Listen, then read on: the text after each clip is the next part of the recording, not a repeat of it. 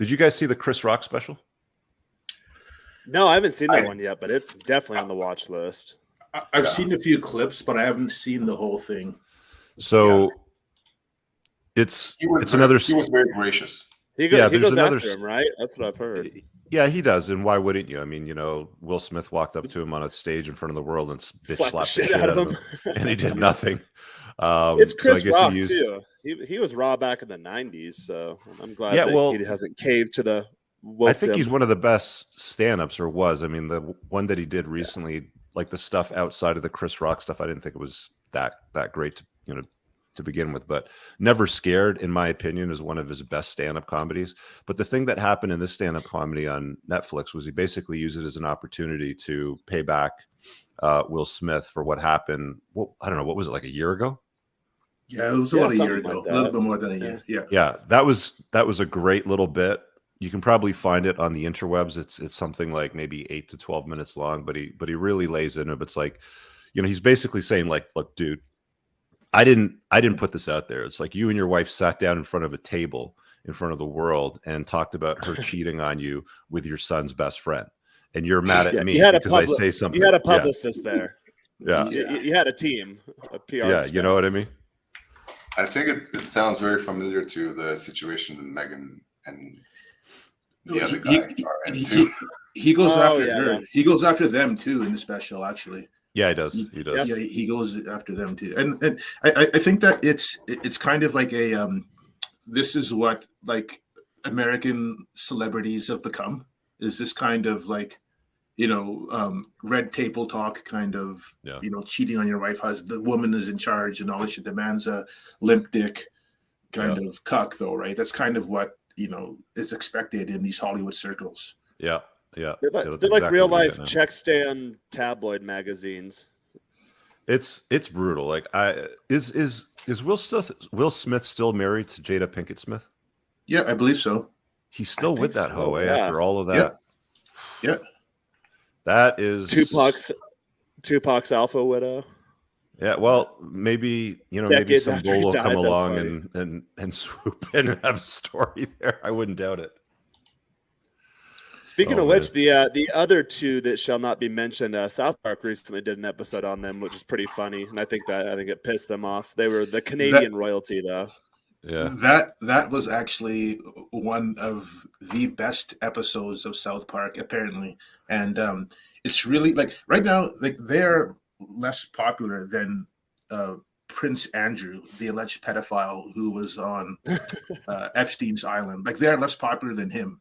Yeah. So I think they got kicked out of their house in the UK. But wait, Oprah Winfrey likes them. Yeah, she's friends with Oprah, right? Wow.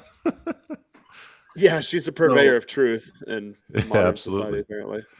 Yeah. But I think basically what it comes down to is that, especially in entertainment, these things move on a 3 or 4 year cycle, right? So if you think back to 3 or 4 years ago, that's when the whole Me Too thing was in full swing. And so that's why a lot of these projects are coming out now.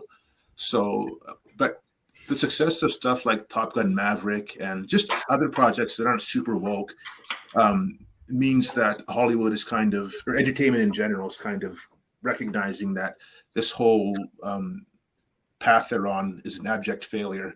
Mm-hmm. And the pendulum is going to be swinging back. It's just the way that Hollywood or entertainment works is that these things are in the pipeline for maybe 2 or 3 years. And then there's the marketing. So it's probably going to be about another 1 or 2 years before the pendulum kind of swings back to normal. At least that's what I've heard. Yeah. It'd be nice to see some good movies again. I had a conversation with someone down here recently, and actually a couple people have asked me lately, like, what's wrong with the U.S. culture? Why don't you guys make good movies anymore? Why don't you guys put out good music? Why? It's like, I don't know. It's a larger sign of some sickness inside of our society, I suppose. Yeah, they used to knock out bangers, and like, I mean, when I was a kid, 80s and 90s, right? Like they would knock out banger after banger, like Top Gun. What was the one with Tom Cruise with the NASCAR Days of Thunder or something like that? Mm-hmm. Yeah, like they used to knock out banger after banger, and it's just now most of the stuff that I haven't gone to the movie theater in ages. It's probably been well over a year. Like even after they lifted the restrictions, I think I've seen maybe like 1 or 2 films or something. Top Gun was probably the last one that I saw.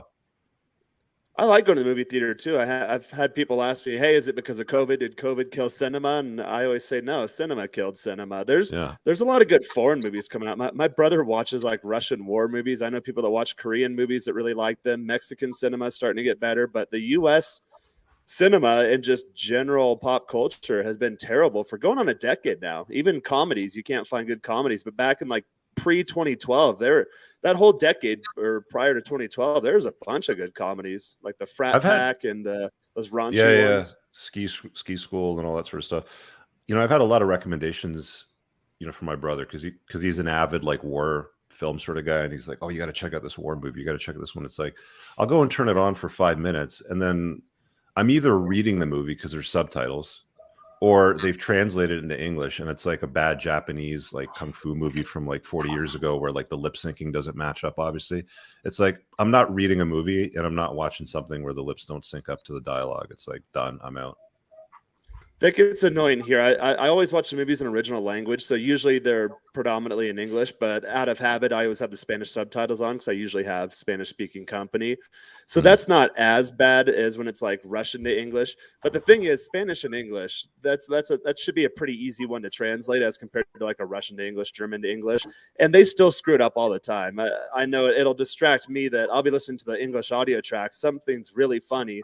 And a lot of times for it to be funny, that you have to have specificity.